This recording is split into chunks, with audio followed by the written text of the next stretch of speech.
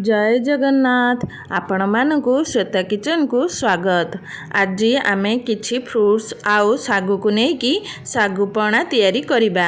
आपण जेकोनोसी उपास पूजा व्रत रे अति सहजरे तैयारी करि परिबे। ता सहित खरा दिन रे पीबा द्वारा पेट ठंडा होई थाए, देह पाई मध्य उपकारी होई थाए। तेबे आशा करूछि आजिर पणा रेसिपीटी आपण मानकु बहुत भल लागिबो। भल लागिले भिडियोटी को लाइक और शेयर करंतु। एभली विभिन्न वीडियोर नोटिफिकेशन पाइबा पाई चैनल को सब्सक्राइब करबा सहित पाखरे थिबा बेल आइकन को प्रेस करंतु। तेबे चलंतु देखिनेबा आजिर रेसिपी। एठी मु रुचिर सागु नेइछि 100 ग्राम मीडियम साइज रो। सागु को पानी रे 2 रु 3 थर धोई देबा धला पानी गला पर्यंत। तापरे सागु रे पानी देई भिजाई देबा 2 रु 4 घंटा। देखंतु मु एठी भिजाई की नेइछि। सागु किपरि भल भाबरे फुली जाइछि। पणा तैयारी करिबा पई गोटिए बड़ मिक्सिंग बाउल नेई जाइछि। सेथिरे सागु को पानी रु छाणी की नेइछि। मु एमिति ही सागु गोटा गोटा नेइछि।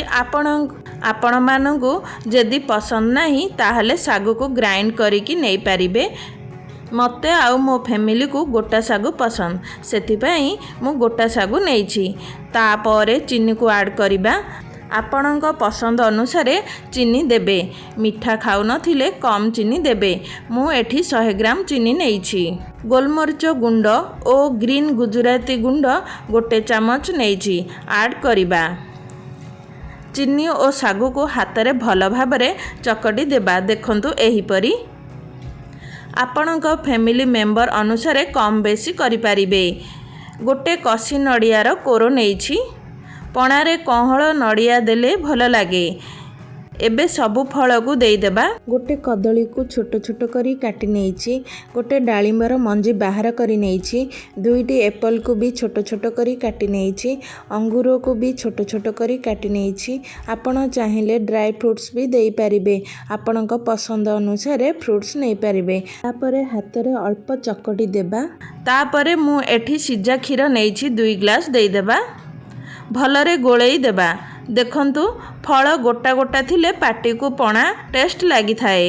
एहीपरि कंसिस्टेंसी रहिले भल लागे।